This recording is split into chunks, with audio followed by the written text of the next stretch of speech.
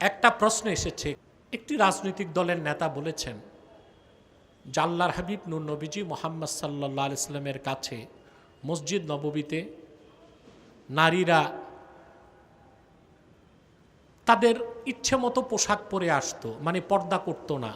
রাসূলুল্লাহ সাল্লাল্লাহু আলাইহি ওয়াসাল্লাম কিছু বলেন নাই। আসলে কথাটি লোকটি বলতে পারে নাই, এখানে ব্যাখ্যা আছে। ব্যাখ্যাটা হচ্ছে আয়াতুল হিজাব, হেজাবকে আল্লাহ যে ফরজ করছেন, জিলবাবকে ফরজ করছেন, জিলবাব বোরখা পরি যে জন্য, কথা বুঝে না।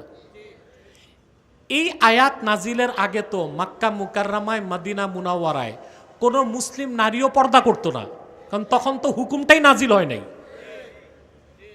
পরবর্তীতে আল্লাহ হেজাব বা জিলবাব পরাকে বাধ্যতামূলক ফরজ করে দিয়েছেন প্রাপ্তবয়স্কা নারীদের জন্যে।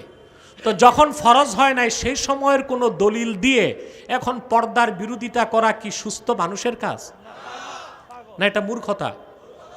এটা উনি বুঝতে পারে নাই। ওনার উচিত ছিল আরো বড় স্কলারদের সাথে কথা বলে বিষয়টা বুঝে নেওয়া। যেমন ভাই, হিজরতের আগে মদ কি হারাম ছিল? কথা বলে না। আল্লাহ কি এক চান্সে মদ হারাম করছেন? প্রথমে আল্লাহ বলছেন মদের মধ্যে উপকারের চেয়ে অপকার বেশি। তারপর আল্লাহ বলছেন লা তাকরাবুস সালাতা ওয়া আনতুম সুকারা, মদ্যপ অবস্থায় নামাজের কাছেও যেও না। তখন অনেকে মদ পান করতেন, নামাজের আগে মদ ছেড়ে দিতেন। পরবর্তীতে আল্লাহ হারাম করছেন ইন্নামাল খামরু ওয়াল মাইসিরু ওয়াল আনসাবু ওয়াল আজলামু রিজসুম মিন আমালিশ শয়তান, মদ হারাম হয়ে গেছে। এই আয়াত নাজিলের পর মক্কা মুকাররমায় মদিনা মুনাওয়ারায় কোনো একজন সাহাবীও কি মদ ধরছেন? এখন আগে তো অনেকে ধরছেন, কথা বলে না। তখন তো হারাম হয় নাই।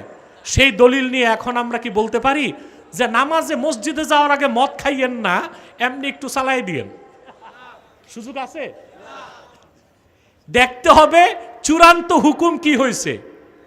চূড়ান্ত হুকুম আয়াতে হেজাব নাজিলের মাধ্যমে কোরআন কারিমে আল্লাহ তাআলা সকল প্রাপ্তবয়স্কা মহিলাদের উপর পর্দাকে ফরজ করেছেন। আয়াতে হেজাব নাজিলের পর একজন মহিলা সাহাবিয়াও হেজাব ছাড়া, জিলবাব ছাড়া রাসূলুল্লাহর কদমের সামনে মসজিদ নববীতে উপস্থিত হয় নাই। এটা হচ্ছে বিষয়। অতএব আমি মনে করি ফতোয়ার জিনিসটা আলেমরাই দিবে, এটা কোনো নেতার না দেওয়া উচিত।